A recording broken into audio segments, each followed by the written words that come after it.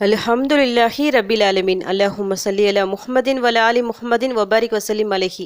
அஸ்ஸலாமு அலைக்கும் வரஹ்மத்துல்லாஹி வபரகாத்துஹு. வெல்கம் டு வாய்ஸ் ஆஃப் ஈமான். எல்லாரும் எப்படி இருக்கீங்க? நல்லா இருக்கீங்களா? அல்ஹம்துலில்லாஹ். அல்லாஹ் சுப்ஹானஹு வ தஆலா உங்களுக்கு நீண்ட ஆயுளையும் ஆரோக்கியத்தையும் வழங்க வேண்டும் என்று துவா செஞ்சு ஆரம்பிக்கிறேன். நாட்களிலேயே மிக சிறந்த நாளான ஜும்மா நாள் என்று இந்த நாளின் முழு ரஹ்மத்தும் பரக்கத்தும் பாக்கியமும் நம் அனைவருக்கும் கிடைக்க வேண்டும் எனவும் துவா செஞ்சுக்கிறேன். நம்ம சின்னதாக ஒரு அமல் செஞ்சால் அதுக்கு பிரதிபலனா நம்ம கனவுல கூட நினச்சி பார்க்காத அளவுக்கு நன்மைகளை வாரி வழங்கக்கூடிய ரமதான் மாதம் நம்மை விட்டு கடந்து சென்று விட்டது. ஷவ்வால் மாதம் ஆரம்பித்து முதல் ஜும்மாவும் வந்துடுச்சு. இந்த ஜும்மாவில் ஓதுறா மாதிரி மிக சிறந்த ஒரு துவாவை தான் நான் சொல்ல போகிறேன். ரமதான் மாதம் வருவதற்கு முன்னாடியே நிறைய பேர் நிறைய விஷயங்களை நினச்சி வச்சுருப்பீங்க.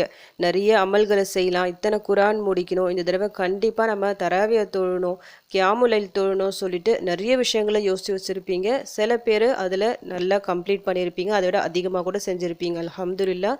சில பேரால் செய்ய முடியாமல் போயிருக்கலாம், ஏதாவது ஒரு சூழ்நிலையில், நோய் காரணமாக இல்லை ஏதாவது ஒரு சூழ்நிலையில் அவங்க நினச்சதை கம்மியாக கொஞ்சம் அமல்களை செஞ்சு இருக்கலாம். ஆனால் ரமதான் போய்விட்டதே சொல்லிட்டு நிறைய பேருக்கு கொஞ்சம் கவலையாக இருக்கும். கவலைப்படாதீங்க. அல்லாஹ் சுப்ஹானஹு வ தஆலா மனிதர்களுக்கு அருட்கொடைகளை தந்து கொண்டே தான் இருப்பான். ஒரு டைமில் தந்துட்டு அப்படியே நிறுத்திட மாட்டான்.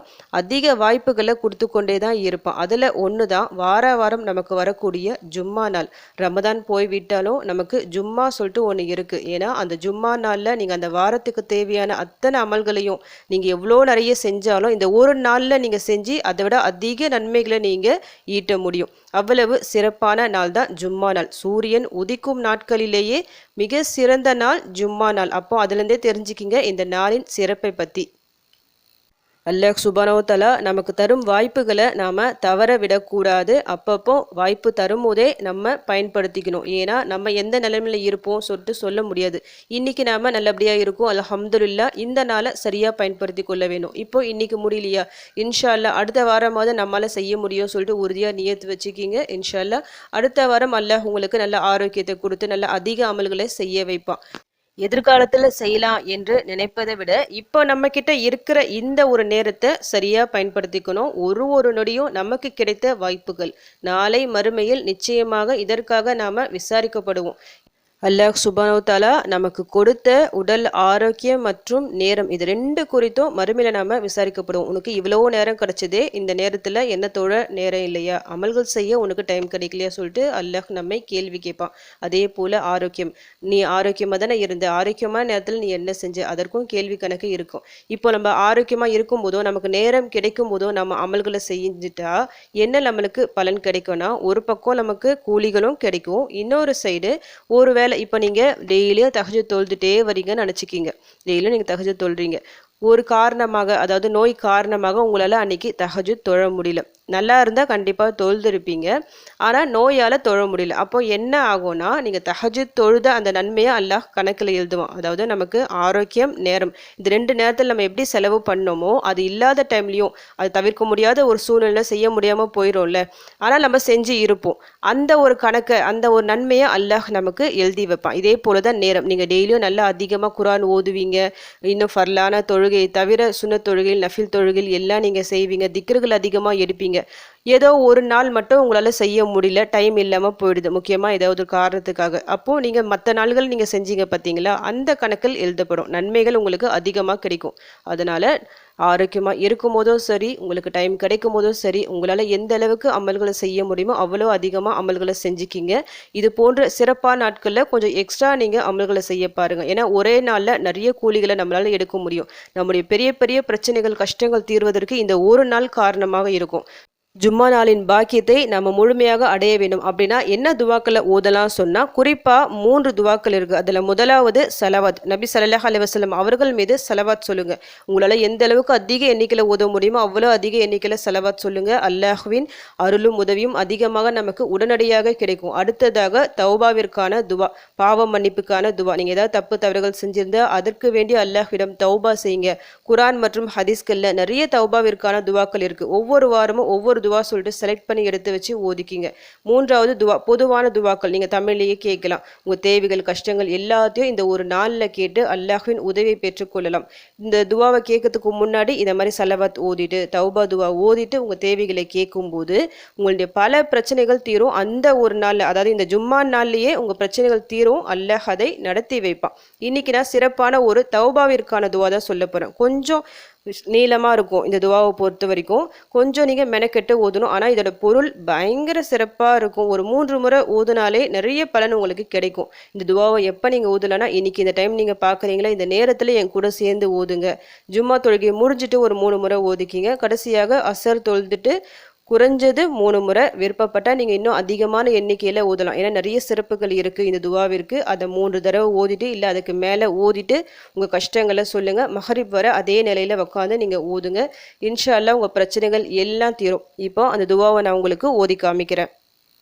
ரப்பிஃபிர்லி ஹதீஅதி வ ஜஹ்லி வ இஸ்ராஃபி ஃபி அம்ரி குல்லிஹி வமா அன்த அலமு பிஹி மின்னி அல்லஹும்ம ஃபிர்லி ஹதாயாய வ அம்தி வ ஜஹ்லி வ ஹஸ்லி வ குல்லு ذلك இந்தி அல்லஹும்ம ஃபிர்லி மா கத்தம்து வ மா அஹர்து வ மா அஸ்ரர்து வ மா அலன்து அன்தல் முகத்திமு வ அன்தல் முஅஹிரு வ அன்த அலா குல்லி ஷையின் கதீர். ரப்பிஃபிர்லி ஹதீஅதி வ ஜஹ்லி வ இஸ்ராஃபி ஃபி அம்ரி குல்லிஹி வ மா அன்த அலமு பிஹி மின்னி அல்லஹும்ம ஃபிர்லி ஹதாயாய வ அம்தி வ ஜஹ்லி வ ஹஸ்லி வ குல்லு ذلك இந்தி அல்லஹும்ம ஃபிர்லி மா கத்தம்து வ மா அஹர்து வ மா அஸ்ரர்து வ மா அலன்து அன்தல் முகத்திமு வ அன்தல் முஅஹிரு வ அன்த அலா குல்லி ஷையின் கதீர். ரப்பிஃபிர்லி ஹதீஅதி வ ஜஹ்லி வ இஸ்ராஃபி ஃபி அம்ரி குல்லிஹி வ மா அன்த அலமு பிஹி மின்னி அல்லஹும்ம ஃபிர்லி ஹதாயாய வ அம்தி வ ஜஹ்லி வ ஹஸ்லி வ குல்லு ذلك இந்தி அல்லஹும்ம ஃபிர்லி மா கத்தம்து வ மா அஹர்து வ மா அஸ்ரர்து வ மா அலன்து அன்தல் முகத்திமு வ அன்தல் முஅஹிரு வ அன்த அலா குல்லி ஷையின் கதீர்.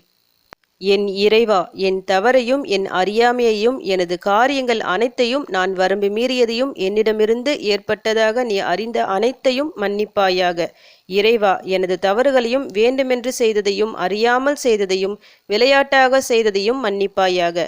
இறைவா, நான் முந்தி செய்ததையும் பிந்தி செய்ததையும் இரகசியமாக செய்ததையும் வெளிப்படையாக செய்ததையும் மன்னிப்பாயாக. நீயே முற்படுத்துபவன், நீயே பிற்படுத்துபவன், நீயே அனைத்து பொருட்களின் மீதும் ஆற்றல் உள்ளவன். மிக மிக சிறந்த பாவ மன்னிப்பிற்கான துவா இது. இந்த பொருளை நல்ல மனசார படிச்சுட்டு ஓதிக்கிங்க. அரபிலும் ஓதிக்கிங்க, தமிழில் கூட நீங்கள் ஓதலாம். அவ்வளவு சிறந்த கருத்துக்கள் கொண்ட துவா இது.